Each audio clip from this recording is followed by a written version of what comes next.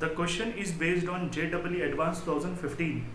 The question says the density of two solid spheres A and B of same radii vary with the radial distance of rho A r is equal to k r by r. मतलब ये density दिया है, जैसे हम धीरे धीरे बाहर आएंगे वैसे उसकी डेंसिटी अलग होती जाएगी.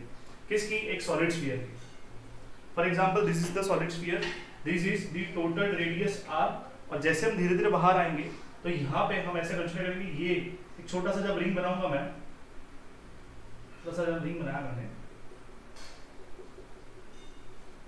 that will be at a distance of small r. तो स्मॉल r पे जैसे डिस्टेंस बढ़ेगा, जैसे जैसे बाहर आएगा वैसे उसकी डेंसिटी बढ़ती जाएगी. हेंस दूसरा क्या दिया है, एंड b, ये a का दिया है और यहाँ पे आ जाएगा b, मतलब मोमेंट ऑफ इनर्शिया. b के लिए भी सेम दिया है, बस यहाँ पे जो डेंसिटी है दोनों की अलग अलग दी है. For example density of a r is equal to, ये दिया है कांस्टेंट k और दिया है अंदर small r by capital R, and दूसरे के लिए दिया है rho b r is equal to k r by capital R का था whole raise to 5. So respectively where k is the constant, the moment of inertia of the individual sphere about the axis passing through their centers are IA and IB, जो हमने यहाँ पे लिख दिया, passing through its center.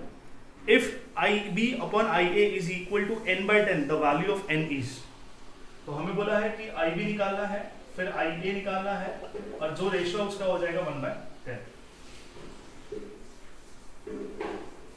So अब ये question है और हमको n फाइंड करना है. So how we need to find this n. So if you remember the expression how we have find out for the disk, अगर मैं डिस्क का याद है तो डिस्क के लिए हमने छोटा छोटा रिंग कंसिडर किया था. हमने पहले रिंग का निकाला और फिर थियोरी लेक्चर्स में देखा था, पहले रिंग का निकालते हैं और फिर हम 0 से लेकर r तक इंटीग्रेट करते हैं. एंड सिमिलर मैनर यहाँ पे भी हमको करना है, जहाँ पे हम 0 से लेकर r तक इसको इंटीग्रेट करेंगे. सो द फर्स्ट पॉइंट हमने लिखा यहाँ पे कि यार यहाँ पे बनेगा क्या, तो यहाँ पे बनेगा शेल, एक छोटा सा शेल. जैसे ये r डिस्टेंस पे उसका एक शेल है, तो अगर मैं मोमेंट ऑफ इनर्शिया की बात करूँ तो moment of inertia for the whole body is 2/5 r². But for this shell, I can say di या dm या d moment of inertia that is equal to, हम बोलेंगे ये हो जाएगा dm, यहाँ पे हो जाएगा r². But ये shell का है, hence shell मतलब hollow sphere, hence it will be 2/3. So 2/3 ये dm और ये हो जाएगा r². अब ये तो हमने लिख दिया, and we know कि हमको सेंटर से लेकर एज तक उसको पूरा इंटीग्रेट करना पड़ेगा. But for that integration हमको ये dm लगेगा, r² तो वैल्यू है निकाल लेंगे, बट ये कहां से कहां तक इंटीग्रेट हो रहा है, 0 से लेकर r तक. Hence we know that integrating value is from 0 to r. Hence we need this dm in terms of r. So dm को रिप्लेस करना पड़ेगा. अब कैसे करेंगे, let's see. We know that density is equal to mass upon volume. So I can say the next step will be, हमको निकालना है मास को रिप्लेस करना है. Hence I can say mass will be equal to density into volume. अब volume किसका, एक solid sphere का. Hence therefore अब यहाँ पे लिख दिया mass is equal to density into 4/3 pi r cube. अब इसको मुझे देखो, ये मुझे m नहीं चाहिए, टोटल मास नहीं चाहिए, मुझे चाहिए इसका छोटा मास, that is a small mass, that is dm. अब dm निकालने के लिए हमने क्या किया, हमने इस मास को रिप्लेस कर दिया या फिर इस मास को इंटीग्रेट किया. कैसे इंटीग्रेट किया, from 0 to r, where the value which is travelling from this to this is smaller. धीरे धीरे धीरे r का वैल्यू बढ़ेगा. Hence I am differentiating this mass with respect to r. जैसे r बढ़ेगा वैसे वैसे मास भी चेंज होगा. हेंस यहाँ पे भी आ जाएगा d by dr, यहाँ पे आएगा डेंसिटी 4/3 pi r क्यूब. अब इसको डिफरेंशिएट करना है, ये तो मिल जाएगा dm by dr करके.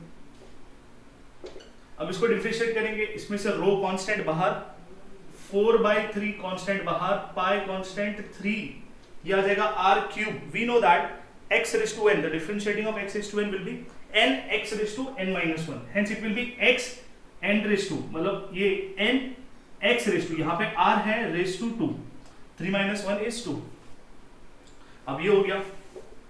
But what actually we want is dm. hence I will just write down here as dm is equal to, क्या मिल जाएगा, ये 3 कैंसिल, ये हो जाएगा रो 4 पाई r², ये हो जाएगा dr. This is important. This will help you in solving your electrostatics sometimes and your gravitation too. ये ऐसी प्रोसेस होती है जिसमें हम चीजों को ढूंढते हैं. तो पहले हमने मास का निकाल लिया. अब यहाँ पे हम सब्स्टिट्यूट करके हम आंसर देखेंगे कैसे निकालते हैं. सो हमने लिखा फॉर स्फीयर ए. अब स्फीयर ए बोला तो हम क्या करेंगे, यहाँ पे हम देखेंगे वो इंटीग्रेट करेंगे. So integration of I di, total integration of di, the small I, that gives me total IA. यहाँ पे लिख दिया IA is equal to, ये हो जाएगा 2/3 और dm कहाँ से मिलेगा, dm यहाँ से मिल जाएगा रो 4 pi r square dr. अब ये हो गया मास का वैल्यू और यहाँ पे आ जाएगा r square. दूसरा हमने बोला दूसरे के लिए फॉर सिमिलरली ये आ गया a. Similarly, we can find for second, that is for sphere B. क्या हो जाएगा, सिमिलरली आ जाएगा IB is equal to integration of 2/3 row B 4 pi r square dr और यहाँ पे आ जाएगा r square. अब नेक्स्ट प्रोसेस हमको निकालना है IB by IA. So just I write down here as therefore IB is equal to कितना हो जाएगा इंटीग्रेशन में, अगर मैं देखूं तो कांस्टेंट चीजें बाहर ले लेते हैं. It will be 2/3 4 pi constant सब बाहर. इंटीग्रेशन में बचा क्या, ये रो बी और बचा r square that gives me r⁴ dr.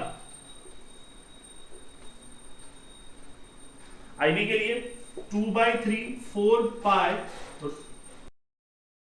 r⁴ कितना, r⁴ हमारे पास है 4 dr.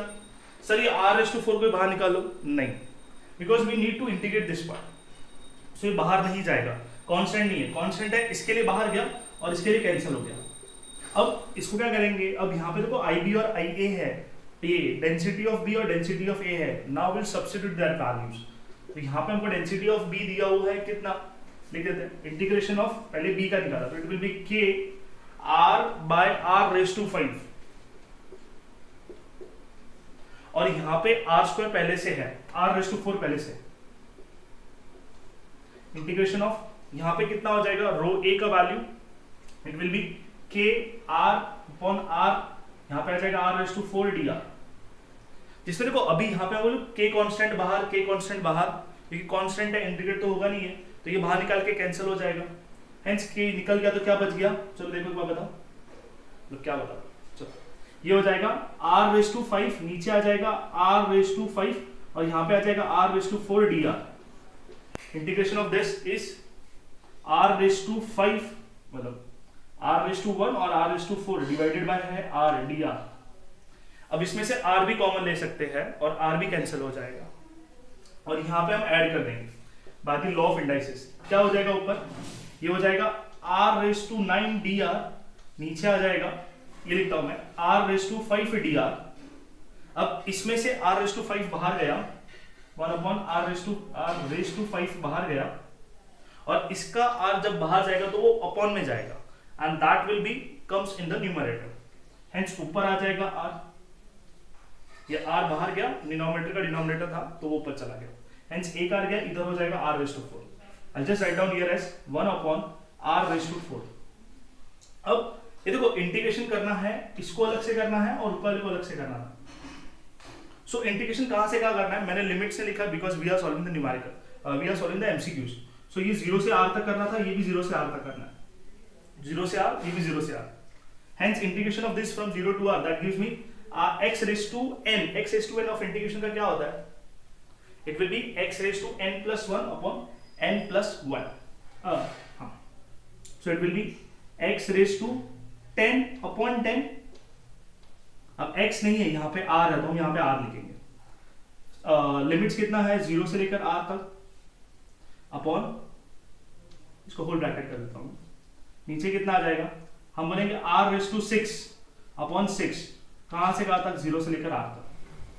Okay, so next step I just write down over here, continue over here, that is IB upon IA है तो IB upon IA is equal to, हमको क्या मिल गया, 1 upon R⁴।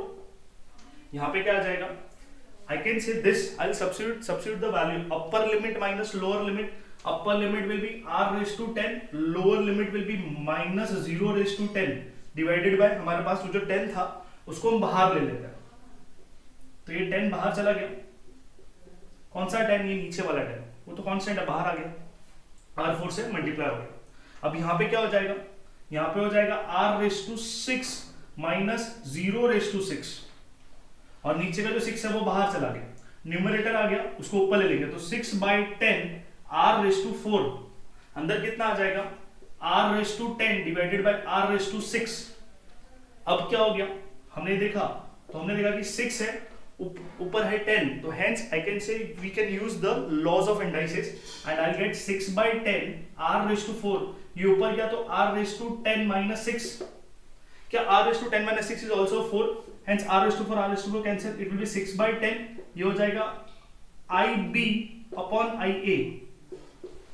और हमने यहाँ पे देखा, when I compare this with this equation I will get as n is equal to 6, hence the answer is 6. Easy. Thank you.